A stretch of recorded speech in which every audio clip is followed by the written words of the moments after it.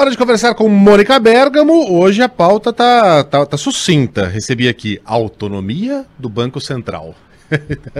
Discorra, Mônica, bom dia. Eu fiquei meia hora aqui tentando arrumar a câmera, né, Megali? Esse é o... Tá ótima. O tema.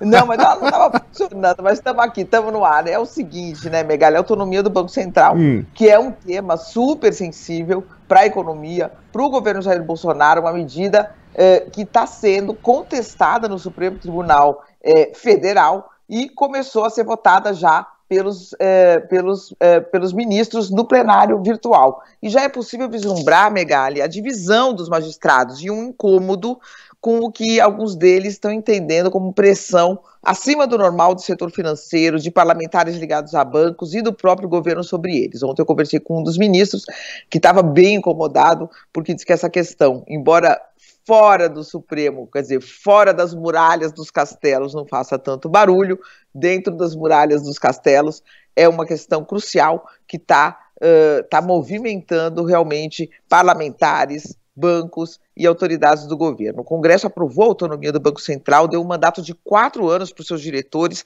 não coincidentes com o do presidente da República. Então vamos pegar o exemplo do Bolsonaro. O Bolsonaro indica, vamos supor que ele já tivesse funcionando essa regra, ele indica diretores no meio do mandato dele, 2021. Eles ficam 2021, 2022, 2023, 2024. Quando o próximo presidente, que pode ser o próprio Bolsonaro ou outro candidato que derrote ele no próximo ano, indica os futuros presidentes do Banco Central só no meio do mandato, né? Então, com isso, o que dizem os defensores desse modelo? Os defensores desse modelo dizem que a política monetária ganha uma estabilidade, fica blindada de influências políticas ou de populismos do governo.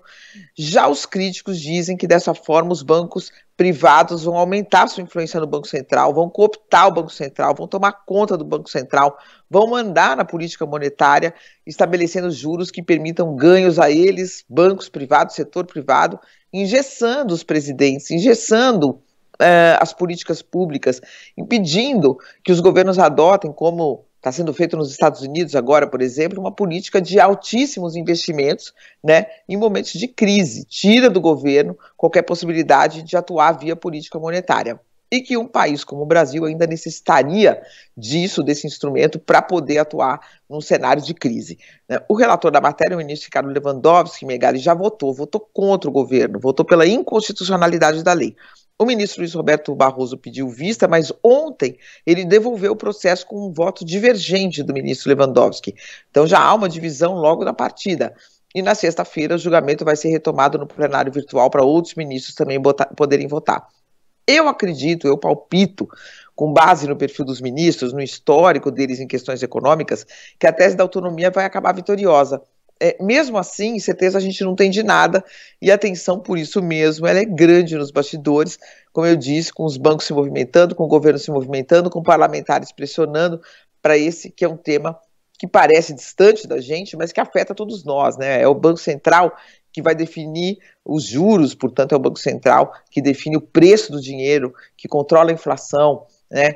Quanto nós vamos pagar de reajuste nas prestações de empréstimos, ou de aluguéis, ou o preço dos alimentos no supermercado, no fim das contas, é essa política monetária que dá aí o tom e que diz para onde vai o país. É muito, muito importante. Então, votando ali, já começando com uma divisão no Supremo e com toda essa movimentação de bastidor, Megali. O Barroso disse que devolveria rapidamente, devolveu mesmo, né? Ao plenário, e como nenhum dos ministros se manifestou sobre o assunto, dessa vez a gente tem um grande ponto de interrogação, né, Mônica? Como você disse, tem um certo cheirinho de que vai ser aprovada a autonomia, né, confirmada a autonomia, mas a gente não tem como cravar, diferentemente de outros casos que já passaram pelo STF. Em especial então, quando o debate está no plenário e é presencial e tem a conversa dos ministros, você já sabe mais ou menos quem está indo para que lado. Agora está cada um na sua casa dando o seu voto, então fica um pouco mais difícil. Começa com divisão e o governo tenso.